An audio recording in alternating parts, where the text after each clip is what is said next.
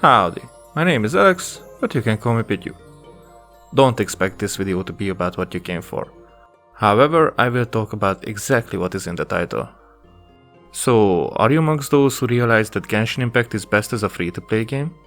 I mean, I have no idea about how satisfying could it be to spend thousands of dollars on a game that is completely enjoyable for free, but... well, there is no but. I can only guess. But. And now there is a but. I can only guess that the progress of leveling up those characters and weapons was more like a chore, a validation of the spent money behind them, that the game gets better when the progress is faster. I repeat, that's just my guess. It's up to the people who are spending to see whether it was a waste or not, or if it was worth it. Because if someone has the money that they don't miss from anywhere else, and they are completionists, then be my guest. I can thank them for the fact that these kind of games are made and provided for free for so many of us free-to-play players. But also, there are those who haven't got the money needed, but they're hooked up on the addiction that these kinds of games cause, and I feel sorry for them, and I feel that it's a shame that I wish these kinds of games were never made for us as free games, because all the harm they can cause. As you can see, I'm quite contradicted. I feel like Genshin Impact is a completely good example to make an example, to give a lesson, to show that the rush to get to the end of the progression hurts the enjoyment of the way of getting there. I can definitely understand MiHoYo for using a method that is around for more than a decade now and makes people gamble that process. Do I agree? No fucking way. I think it's disgusting. But the market is filled with these. It's not illegal. Yet. It leads for their success. So it is around and we can definitely expect more games and especially other publishers to follow this trend because it made them tons of money. Literally. I think eventually people will have enough on governments as well. It's in progress already with loot boxes. Here, they are called banners. They are the same surprise mechanics as in Hearthstone or FIFA, and they are fucking expensive. They are if you are drawn even just a little bit to show off your build, to buy your luck against other players and act like you have anything to do with the way your party has turned out to be. And the game even has those domains that can measure if you've spent enough on them, so you can beat it with less skill, since your characters and weapons are better than what most people use. It doesn't matter that you don't even use them against other players. The more people aren't good enough against the enemies the game puts them up against, the more they're gonna spend for having that edge and appear as they get better, even though it's just a small game, for a lot of money. Don't worry, the challenges will get harder, giving you even more frustration, but there will be new characters, and you have to spend on them again, to be able to level them up to be usable in those domains, or even in the story missions. It doesn't matter that you got your desired characters, you have to get them another 6 times each, and still work your ass off to level them up, and rely on luck to get the artifacts that no YouTuber would call shit.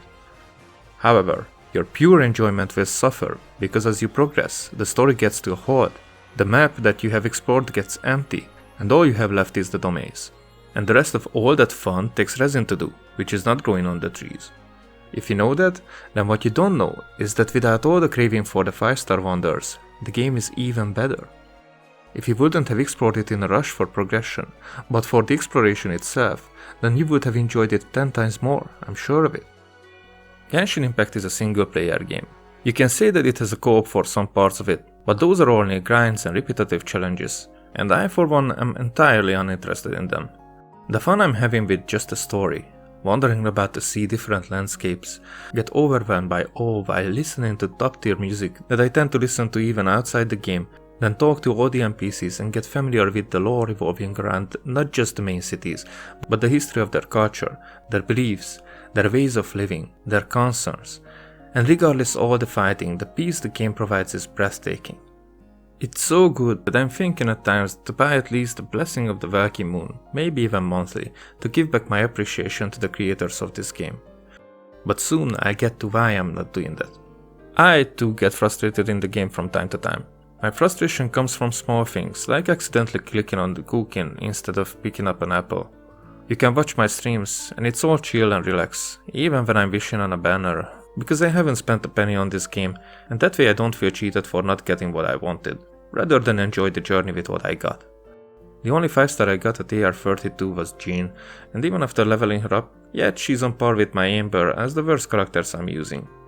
Nowhere near as useful as my Razor or Barbara. And when I replayed the whole thing again, which I'm sure I will, I'll have another characters and other connections to them, which is not that, are you the best I could get? No, then who cares about you? If you spend the amount on this game that made you frustrated about your experience with it, then you robbed yourself from those simple but great enjoyments it provides. And the saddest thing, if you think that you could just start a new free-to-play account and get the same feeling. But that's not the case. Rarely anyone can take that step back.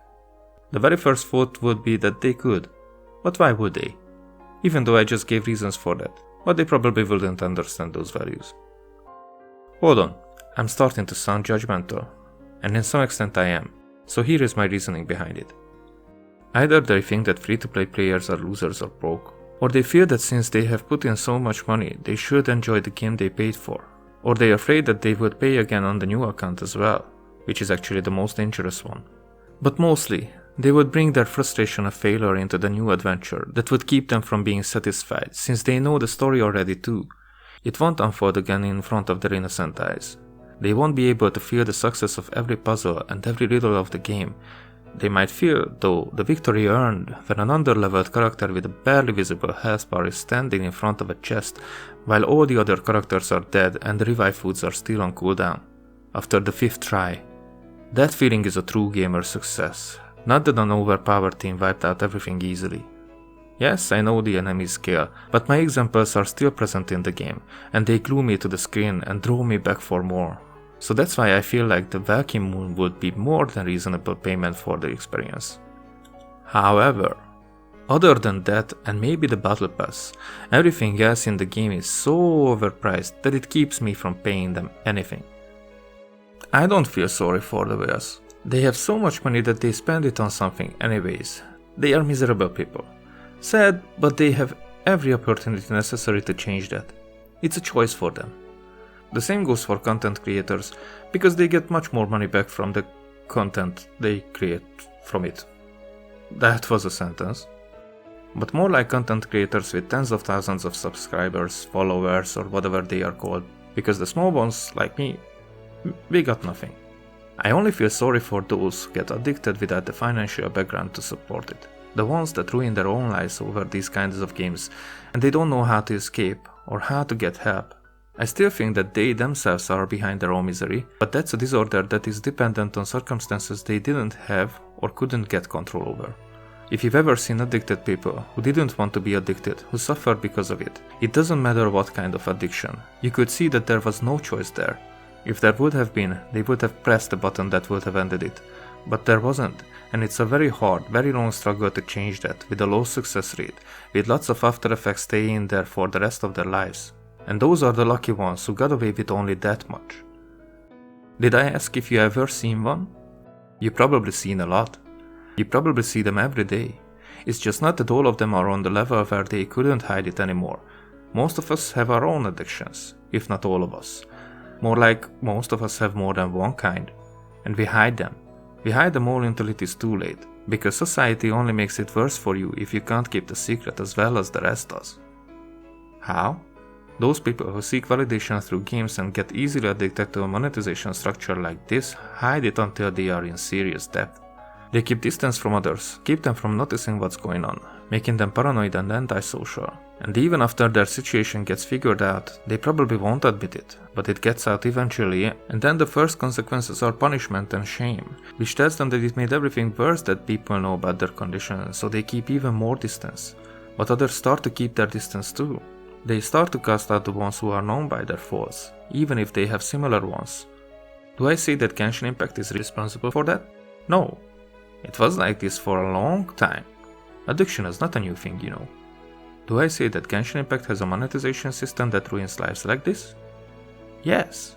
And even if it's not that extreme, let's just say that someone fucks it up and spends their college fund on this, or their money saved up for their wedding.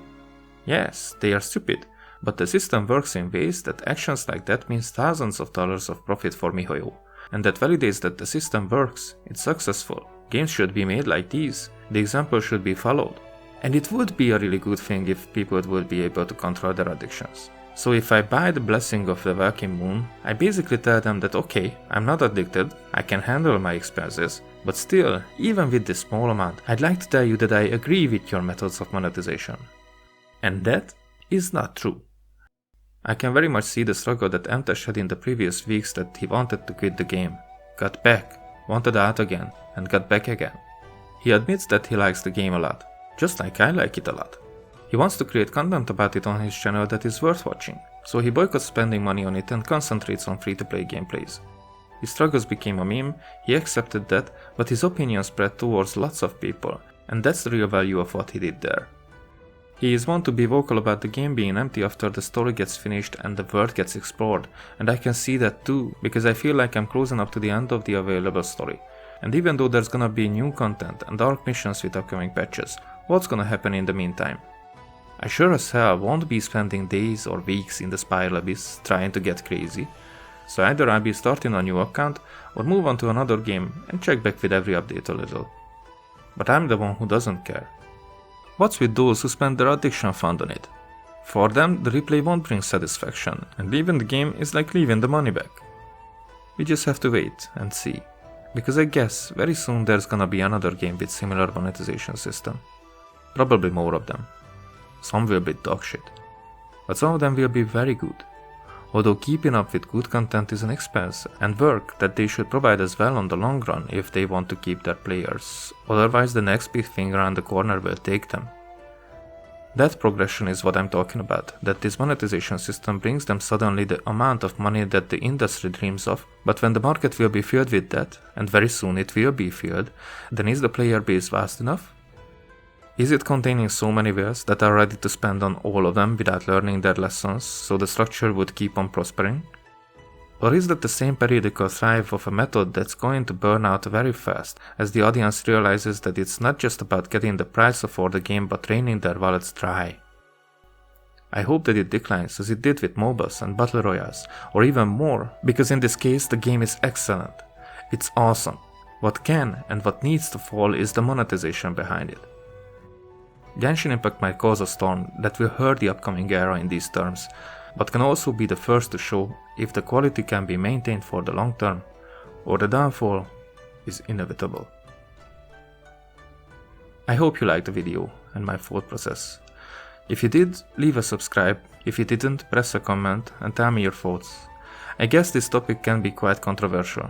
As you could see, I could agree and disagree on both sides.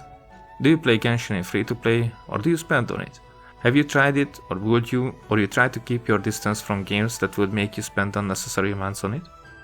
Tell me your thoughts, and if you feel like it, check out my streams too.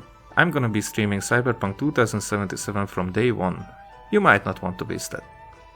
Anyways, thank you for watching. Bye.